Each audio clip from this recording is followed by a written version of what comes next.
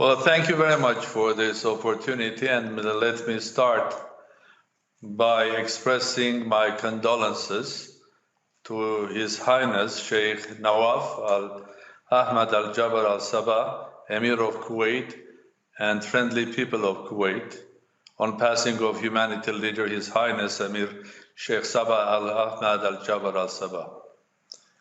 So now coming back to your question, I think I would like to have 2 or 3 points made here. First of all, when Azerbaijan is speaking about occupied territories, and they are speaking about Republic of Nagorno-Karabakh.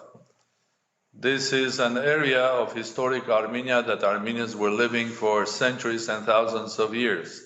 It is only less than 70 years Joseph Stalin, the Soviet leader, gave that land to Azerbaijan. It became a part of Soviet Azerbaijan. Then with the end of Soviet Union, people of Nagorno-Karabakh, in that Soviet Republic, there were more than 85%, 90% Armenians living, always.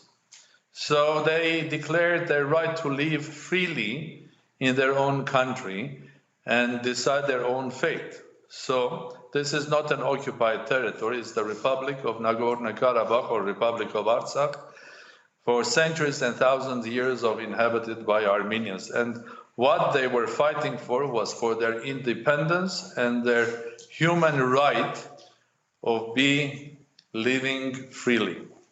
Now, what the Turkish army present in Azerbaijan, these are not stories. I think Turkey can support Azerbaijan as much as they like.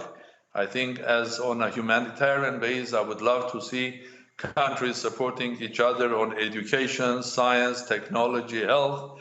But when the Turkish army generals are present in Azerbaijan, missionaries or mercenaries from Syria hired by Turkey's side are fighting on the side of Azerbaijan. Azerbaijan is using huge weaponry provided by Turkey and Turkish-made weaponry. And when the F-16 Turkish fighters are flying all over the border of Armenia and over Nagorno-Karabakh and trying to shoot even territory of Republic of Armenia, I think there is no excuse for that. This is clear interference in the life of people and their determination to live freely in Nagorno-Karabakh. And I think supporting Azerbaijan in this case means helping Azerbaijan or being involved in bloodshed instead of advising Azerbaijan and also talking to Armenia to restart negotiations. In fact, we have for 30 years or for 26 years, we have a wonderful platform which is created by OSCE, and it's led by the Minsk group co-chairs, by Russia, by France, by United States of America, and I do believe that there is only one way of resolving this issue, by negotiations. There is no way that Armenians in Nagorno-Karabakh will be defeated. There is no way the whole Armenian nation, both in Artsakh or Nagorno-Karabakh in Armenia and worldwide Armenian communities will accept that, especially with the involvement of Turkey. We all remember 105 years ago, at the end of the Ottoman Empire, 1.5 million Armenians were slaughtered and the genocide of Armenians happened. So there is no way we'll allow this to happen again.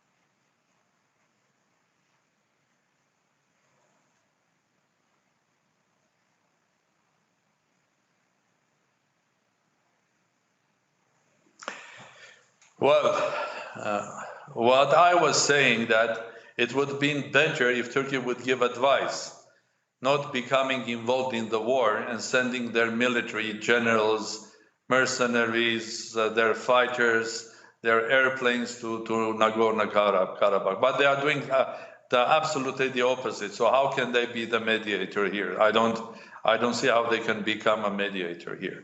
Now, Turkey can invent or pretend that there are issues with Armenia. This is absolute nonsense that there are PKK fighters in Armenia. Absolute nonsense. There are also saying that Armenians are targeting the international oil and gas pipelines in Azerbaijan. Again, a nonsense. And let me just ask you from the point of view of pure logic. If Armenians had the intention of hitting a pipeline that is running from Baku to Ceyhan, why they didn't do that 20 years ago when this pipeline was in the process of being built? And with one or two shots, this pipeline would never be there. So by shooting 20 years ago, they will stop Azerbaijan selling via Turkey to international community billions and billions of dollars of oil and becoming rich and using that money, billions of dollars, and making their military stronger and buying arms from worldwide, and now shooting Armenians. So where is the logic? If we were a country that was ready to shoot the pipeline, we would have been done it 20 years ago. So Turkey can pretend or declare they are PKK fighters, Armenians want to hit the pipeline. These are all excuses to have their strong presence in Azerbaijan. And I think that strong presence of Turkish military in Azerbaijan is another increasing threat to Armenia.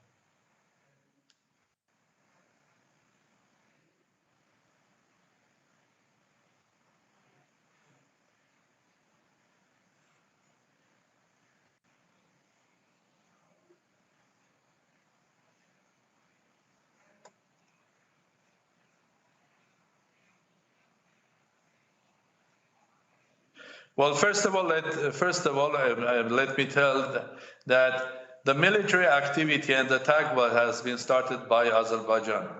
Armenians in Nagorno-Karabakh, they don't have a reason to attack Azerbaijan. No way. They are living in their independent republic. They are trying to build a normal human life. Why on earth they will attack Azerbaijan and provoke this sort of a bloodshed? So the attack was organized by Azerbaijan because somehow they are under the illusion they can resolve the issue with military force. And I'm saying this is an illusion because I can confirm there is no way Armenian nation will allow to happen another genocide. So every Armenian will become a soldier and they will help Nagorno-Karabakh Armenians to defend their homeland. So there is no other way to go to the table of negotiations. But before that, your message is more to the president of Azerbaijan, Mr. Aliyev. I think he has started this phase of confrontation, and basically he has to stop it because Armenians are not on the territory. They are protecting people of Nagorno-Karabakh, and it's up to Azeri side to decide, to understand, to agree that there is no military solution to this conflict. There is only human solution, which is negotiations. And negotiations, we don't have to go and try to find a negotiating party, a mediator, because the organization is already there. It is the OSCE with the three co-chairs. I mean, these are co-chairs that everybody could trust. It is United States, France, and Russia. So the way forward to peace is going back to negotiations rather than destroying human lives. And they are destroyed on both sides, both in Armenian side and Azeri side. And I think you can invent any sort of imaginary reason why you are doing this, because there is PKK, that is why Turkish army is in Azerbaijan, or they are protecting the pipeline. or because they are ethnically the same, they have ethnic roots and so on and so on. But none of these gives you a ground to go on the other side and fight independent Republic of Nagorno-Karabakh and also shoot on Republic of Armenia. And let Turkey remember that they are still members of NATO, an organization which has completely different defense policy than what Turkey is exercising today.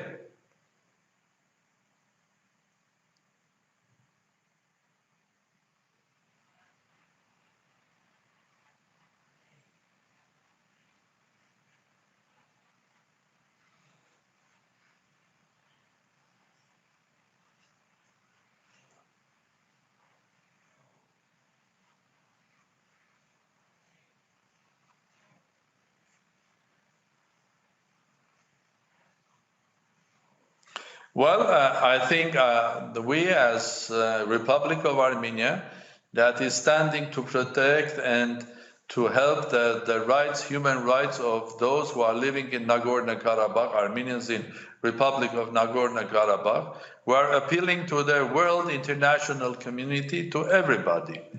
And when I say everybody, I mean everybody. And we are not like the Turkish side saying we will appeal to those who are ethnically close to us or religiously close to us. We live in a global environment, and we have to respect each other's faith, each other's religion, each other's ethnicity, and not be sort of making ourselves isolated or polarized on this or that subject. I think that's why we are appealing to all international communities, starting from United Nations, to our friends in Arabic world, to our friends in Islamic world, to our friends in Europe, to our friends in Asia, Africa, and United States, in America, that they have to exercise international pressure on Azerbaijan because they are the ones that have started this bloodshed.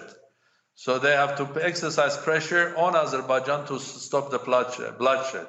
And we are speaking also to the co-chairs of the Minsk group. I mean, the government of Republic of Armenia, Prime Minister and Foreign Minister, they are in charge of running these negotiations, and they have been in touch with the leaders of those three countries, the co-chairs of the Minsk group, and we are hoping that international community, international pressure, OSCE, the Minsk group co-chairs will eventually exercise their right of putting pressure on the Azeri plus Turkish side, because now Turkey is openly supporting Azerbaijan or fighting with Azerbaijan to stop this and then return people back to the table of negotiations. I can assure you again, there is no way that Armenian people will allow that the rights of the people of Nagorno-Karabakh be destroyed. We will never allow another genocide on our land. So I will basically appeal to everybody, including to the Azeri side and the Turkish side. Let's stop this bloodshed, and let's return back to the table of negotiations.